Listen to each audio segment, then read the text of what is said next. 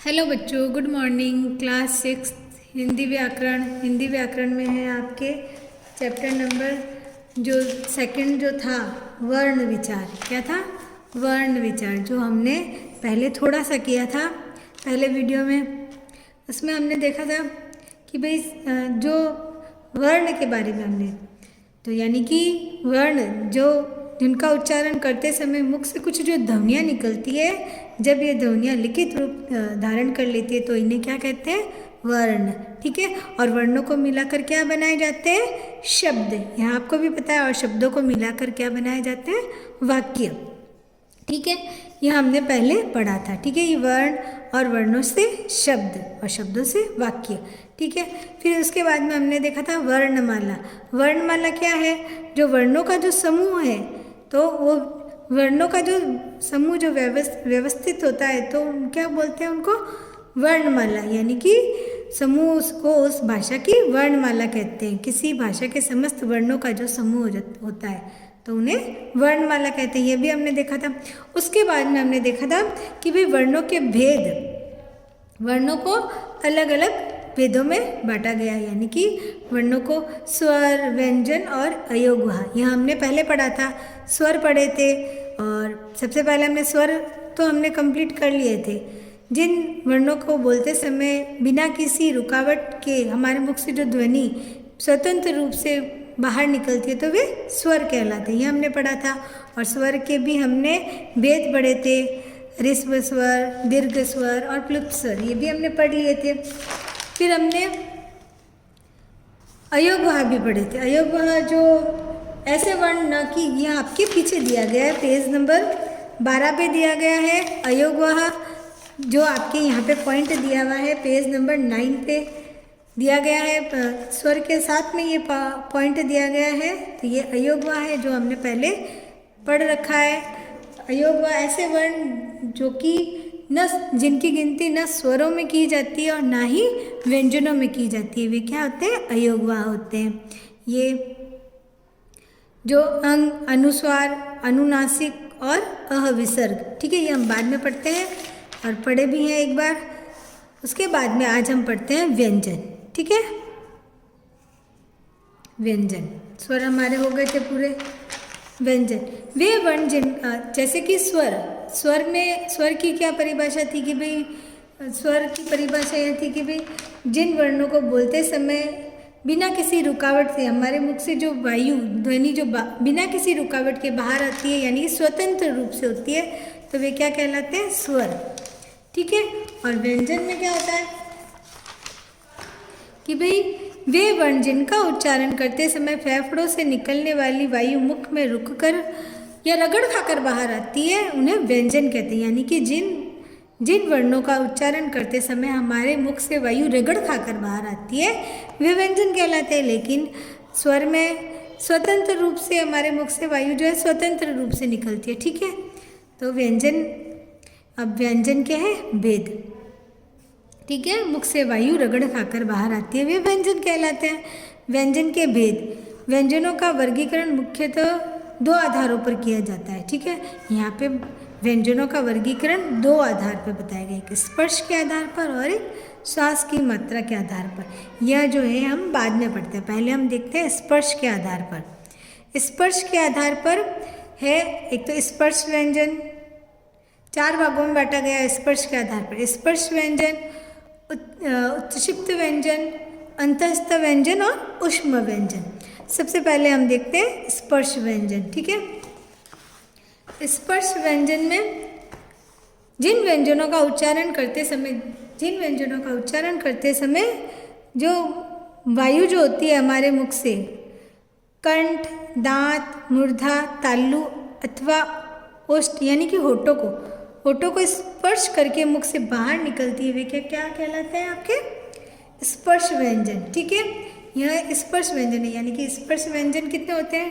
25 होते हैं। स्पर्श व्यंजन क से म तक जो व्यंजन होते हैं वे क्या होते हैं? स्पर्श व्यंजन। यानी कि इनका उच्चारण, जिन वर्णों का उच्चारण करते समय वायु निकलते से पूर्व मुख में किसी न किसी भाग को स्पर्श करते हुए बाहर निकलती है, उन्हें स्पर्श व्यंजन कहते हैं। यह क से लेकर म तक के 25 व्यंजन, क से लेकर म तक के 25 व्यंजन जो है ऊष्म व्यंजन कहलाते हैं और इनका उच्चारण स्थान भी दिया गया है। और ये व्यंजन जो है तो ये यहाँ पे लिखा हुआ है क वर्ग, च वर्ग, ट वर्ग, त वर्ग, प वर्ग। ये क्यों लिखा गया है? यानी कि हर एक वर्ग का जो पहला जो अक्षर होता है वह उसी के नाम से जाना जाता है। ये क वर्ग, ये क है पहला, तो ये क वर्ग के नाम से जाना जाता है। ये च वर्ग है, यह पहला है च, तो ये च वर्ग के नाम से जाना जाता है। यह पहला क्या है? ट, ठ, ड, ढ, ण, तो ये ट वर्ग के नाम से जाना जाता है। यह त, थ, द, ध, न, तो ये क्या है? त वर्ग के नाम से जाना जाता है। ठीक है, ये वर्ग है, यानी कि यह वर्ग के नाम से। अब इनका अलग अलग उच्चारण स्थान है। यहाँ पे उच्चारण स्थान दिया गया है आपके क, तो देखो यहाँ पे क वर्ग का जो उच्चारण स्थान है कंठ, क्या है? कंठ। और च वर्ग का उच्चारण स्थान है तालु, और ट वर्ग का उच्चारण स्थान है मूर्धा, त वर्ग का उच्चारण स्थान है दांत, प वर्ग का उच्चारण स्थान है होठ, यानी कि होठ आपके। ठीक है, तो पहले देखते हैं हम उच्चारण स्थान क वर्ग का कंठ, यानी कि इनका उच्चारण करते समय हमारे मुख से जो वायु है कहीं ना कहीं कंठ गले को स्पर्श करती है। यहाँ पे जैसे क ख गले के पास से जो स्पर्श करती है, जो कंठ है इनका उच्चारण स्थान। फिर च वर्ग का उच्चारण स्थान है तालु। तालु आपको पता है मुंह में ऊपर की साइड जो है तालु, उसको तालु बोला जाता है। यानी कि च वर्ग का उच्चारण स्थान है तालु, यानी कि इन वर्णों का उच्चारण करते समय हमारे मुख से जो जीभ जो है तालु को स्पर्श करती है। च, छ, ज। अगर आप उच्चारण करके देखोगे तो आपको भी पता चल जाएगा तालु, यानी कि जीभ जो है तालु को, हमारे मुख में जो जीभ जो तालु को स्पर्श करती है इनका उच्चारण करते समय। फिर है ट वर्ग। ट वर्ग में देखिए ट, ठ, ड, ढ, ण, यानी कि इन वर्णों का उच्चारण करते समय जो हमारे मुंह में जो जीभ है थोड़ी सी तालु को स्पर्श करके हल्की सी ऐसे घूमती हुई, तो ये मूर्धा, इसको क्या बोलते हैं? तालु से थोड़ा सा पीछे, यहाँ पे दांत के थोड़ा सा ऊपर, ट, ठ, ड, पीछे की साइड, तो ये वहाँ पे स्पर्श करती है, तो ये मूर्धा, इसका उच्चारण स्थान है। फिर है तव, त, थ, द, ध, न, तो इनका उच्चारण स्थान है दांत, यानी कि जब इन वर्णों का उच्चारण करते हैं त, थ, द, ध, न, तो ये इनका उच्चारण करते समय जीभ जो है दांतों को स्पर्श करती है।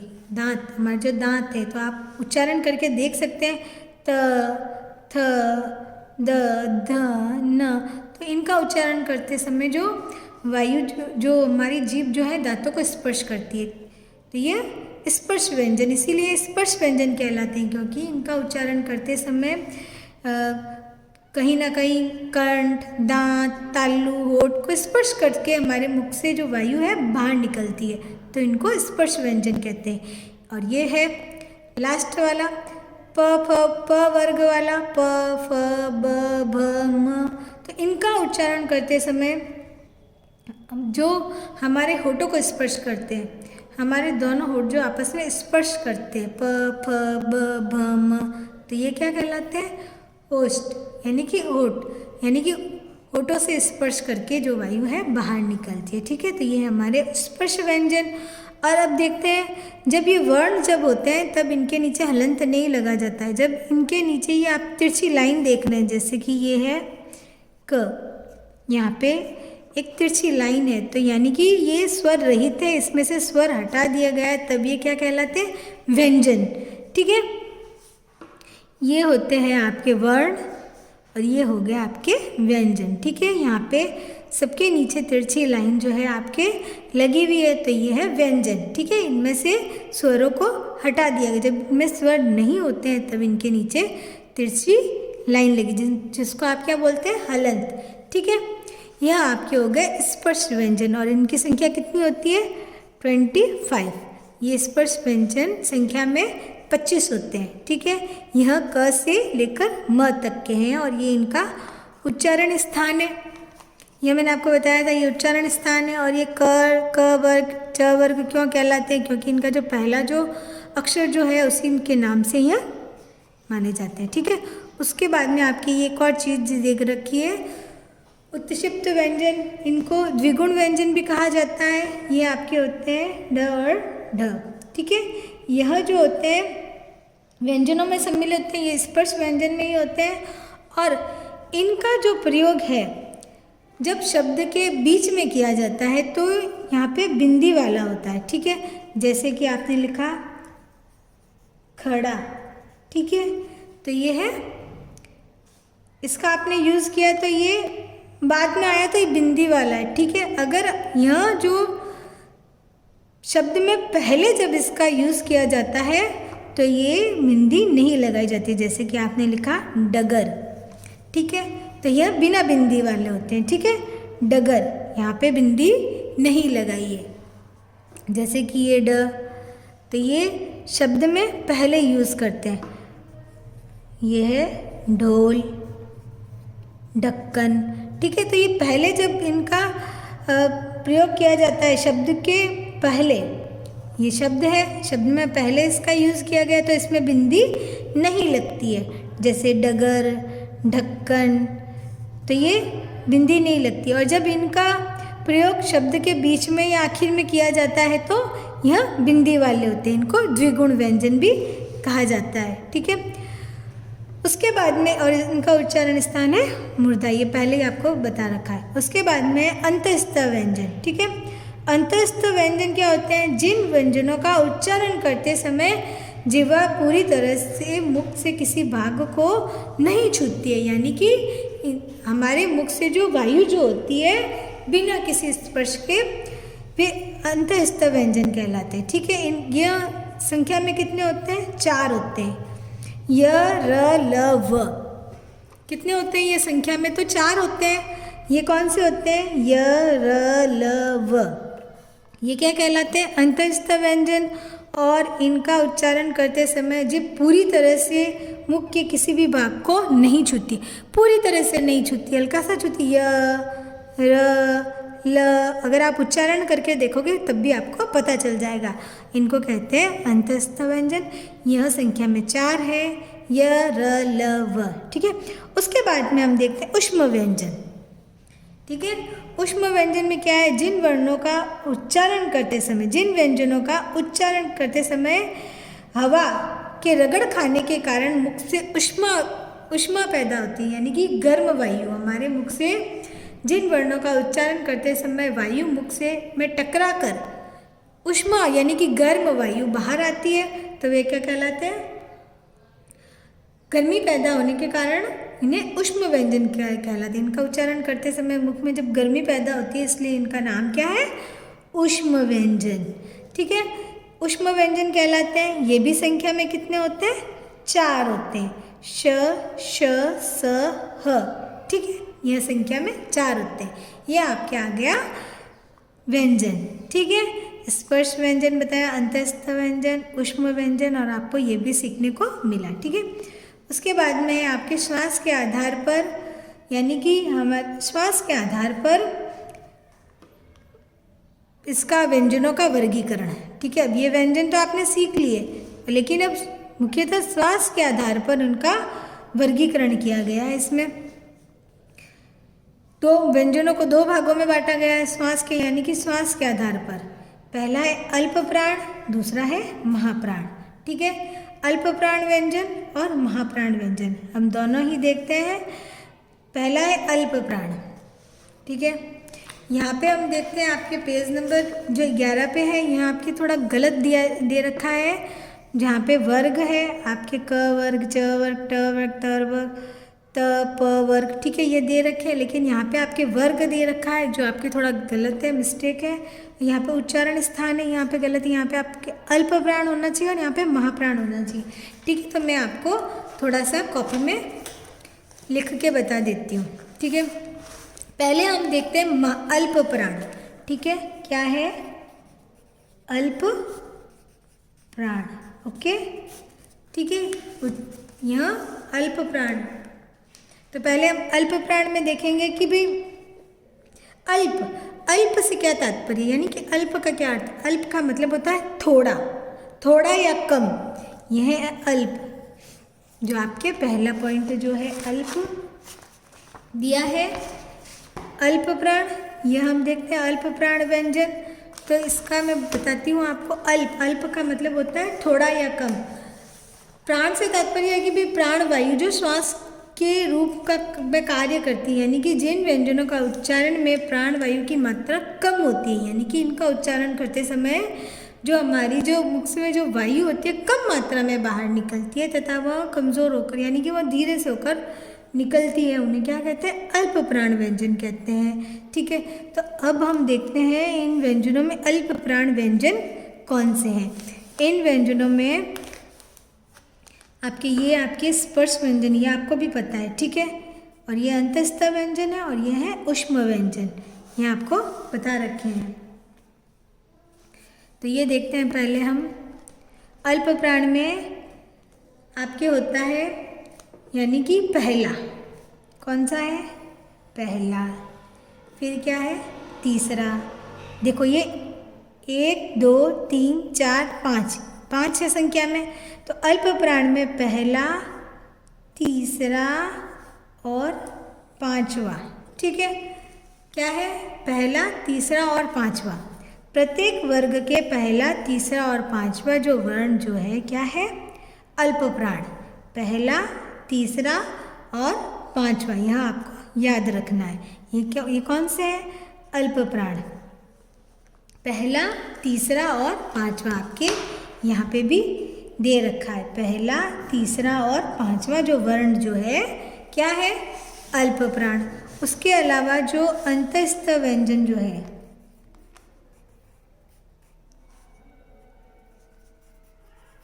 ठीक है, यह भी अल्प प्राण है। पहले हम देखते हैं पहला, तीसरा, पांचवा, पहला, तीसरा और पांचवा, ये आपके क वर्ग वाली लाइन है, ये च वर्ग वाली लाइन है, ट ट ठ ड ढ ण, ये त वाली है, पहला, तीसरा, पांचवा, ठीक है। पहला, प्रथम, तृतीय और पंचम, प्रथम, तृतीय और पंचम, पहला, तीसरा, पांचवा, पहला, तीसरा और पांचवा, यह क्या है आपके अल्प प्राण। और ये य र ल व, ये भी क्या है आपके अल्प प्राण, ठीक है। अल्प प्राण यानी कि अंतस्थ व्यंजन जो है अल्प प्राण है, ठीक है। आपके अंतस्थ व्यंजन जो है अल्प प्राण होते हैं। ये आपके क्या है, अल्प प्राण, ओके। ये आपके अल्प प्राण जो मैंने आपको बताया था पहले, ये भी अल्प प्राण यानी कि अल्प से मतलब है कि थोड़ा या कम, और से जो श्वास के रूप में कार्य करती है, जिन व्यंजनों का उच्चारण में प्राण वायु की मात्रा, जो हमारे मुख से जो मात्रा जो होती है वायु की वह कम होती है और तथा कमज़ोर होती है, तो वह अल्प प्राण कहलाते हैं। और ये अल्प प्राण व्यंजन वर्ण भी मैंने आपको बता दिए हैं कौन कौन से हैं, ठीक है। यह है अल्प प्राण, ठीक है। अब देखते हैं महाप्राण, क्या है, महाप्राण।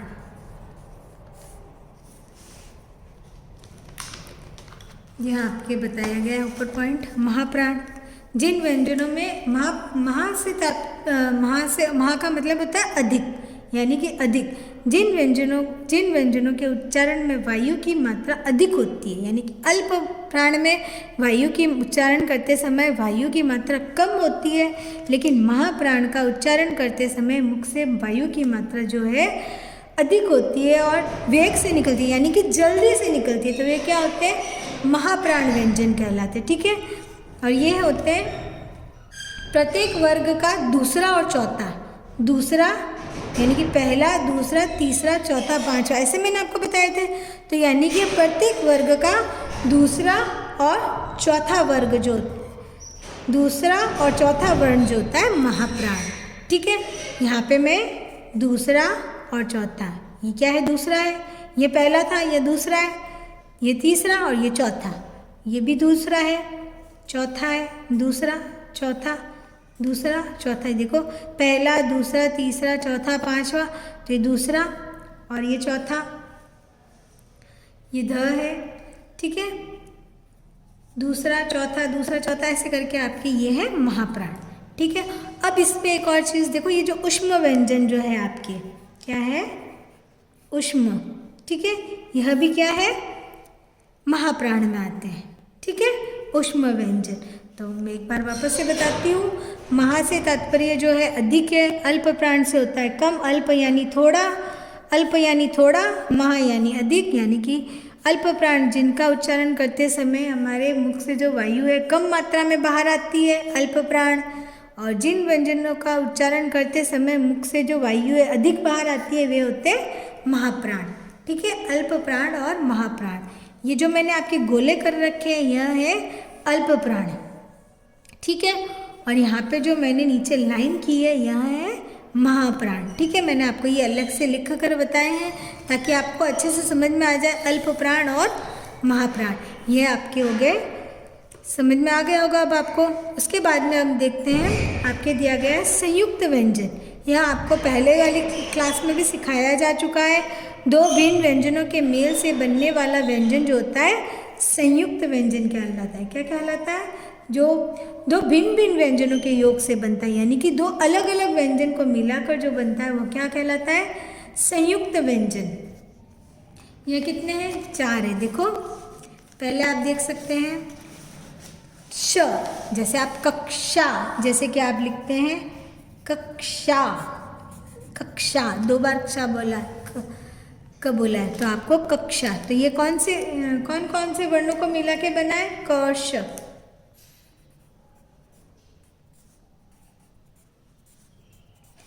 इन 2 वर्णों को मिलाकर बना है श, ठीक है। ये क्या हो गया? श, कक्षा। जैसे कि आप लिखते हैं कक्षा, क्षत्रिय, ठीक है। उसके बाद में एक आपके है त्र, यानी कि यह है र। त और र से मिलकर क्या बनता है? त्र, ठीक है। त और क्या बनता है? त्रिशूल, मित्र, पत्र, ये त्र, ठीक है। ये त्र जो है संयुक्त व्यंजन है, ये श जो है संयुक्त व्यंजन है, यानी कि ये 2 वर्णों को मिलाकर बना है। 2 भिन्न भिन्न वर्णों को मिलाकर जो व्यंजन बनता है वह क्या कहलाता है? संयुक्त व्यंजन। अब देखो ये ज्ञ, ये क्या है? ज न्य को मिलाकर बना है ज्ञ। क्या बना है? ज्ञ, ठीक है। जैसे कि आप क्या बोलते हैं? यज्ञ, ठीक है। ये आपके बना, ये है संयुक्त व्यंजन, यानी कि 2 अलग अलग वर्णों को मिलाकर बनता है। अब एक और है आपके श्र, श्रमिक वाला जो है श और र, 2 को मिला के बना है आपके श्र। जैसे कि आप लिखते हैं श्रम, ठीक है। ये आपके हैं संयुक्त व्यंजन श, त्र, ज्ञ, श्र, श्रमिक वाला श्र, ठीक है। यह आपके संयुक्त व्यंजन आपके यहाँ पे भी दिया गया है, यानी कि 2 भिन्न भिन्न व्यंजनों को मिलाकर, त और र को मिलाकर त्र, ये देखो श्र, श और र को मिलाकर, ये 2 भिन्न भिन्न व्यंजनों को मिलाकर बने संयुक्त व्यंजन। क्या कहलाते हैं? संयुक्त व्यंजन, यानी कि 2 अलग अलग व्यंजनों के योग से बने, ठीक है। यह भी आपके हो गया। अब देखते हैं आपके आगे हैं मात्राएं। अब मात्राएं जो है, मात्रा का अर्थ है व्यंजन के बाद आने वाला स्वर। विभिन्न स्वरों की मात्राएं इस प्रकार है, यानी कि आपको मात्राएं जो है पीछे वाली क्लास में आपको सिखाई गई है।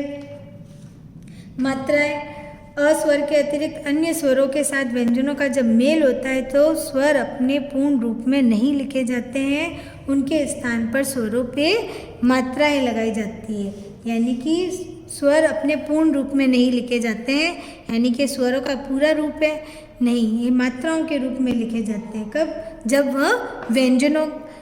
वह व्यंजनों के साथ में लगते हैं। व्यंजनों का जब मेल होता है इनके साथ में, स्वरों के साथ व्यंजनों का जब मेल होता है तो वे मात्रा के रूप में लिखे जाते हैं, ठीक है। यह आपको पहले भी बताया गया है। स्वरों के साथ में व्यंजनों का मेल होता है तो ये मात्रा बन जाती है। ये अपने पूर्ण रूप में, जैसे ये आ है तो ये आ नहीं लिखा जाएगा, आ की मात्रा लिखी जाएगी। और जैसे ये ई है, ये व्यंजन के साथ में आया, ये क व्यंजन है तो ये मात्रा के रूप में लिखा गया है। तो ये आपको पहले से सिखाया गया है, तो ये आपको मैं पूरा नहीं बता रही हूँ, ये इतना ही बताऊँगी, ठीक है। यह आपके हो गया। अब ये पीछे आपके देख रखा है अयोगवा, जो कि हमने पहले भी देखा था। अयोगवा ऐसे वर्ण जो न कि स्वरों, जिनकी गणना न स्वरों में की जाती है न व्यंजन में की जाती है, वे क्या कहलाते हैं? अयोगवाह कहलाते हैं।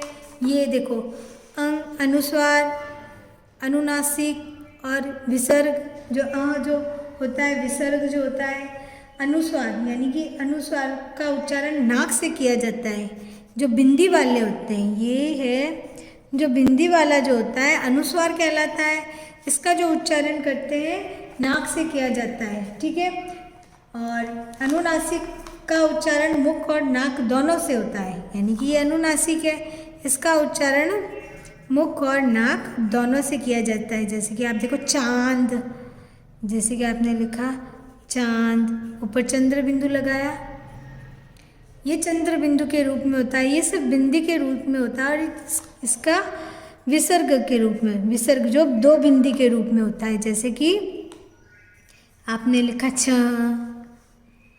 प्रातः, ठीक है, यह दो बिंदी के रूप में, ये अयोगवा होते हैं, ठीक है। स्वर और व्यंजनों के साथ होता है, ठीक है। ये हो गया वर्ण भाषा की सबसे छोटी इकाई है, यह आपको पहले बता रखा था। यह आपके चैप्टर जो है पूरा हो गया। आपको ये जो स्पर्श व्यंजन कितने होते हैं, अंतस्थ व्यंजन कितने होते हैं, ऊष्म व्यंजन कितने होते हैं, यह आपको याद रखने हैं। और अल्प प्राण और महाप्राण व्यंजन का आपको याद करना है, ठीक है। कौन कौन से होते हैं, जैसे मैंने आपको पहले ही बताया था, पहला, तीसरा और पांचवा जो होता है अल्प प्राण होता है, और दूसरा और चौथा जो होते हैं महाप्राण होते हैं, ठीक है। आज इतना ही। थैंक यू बच्चों।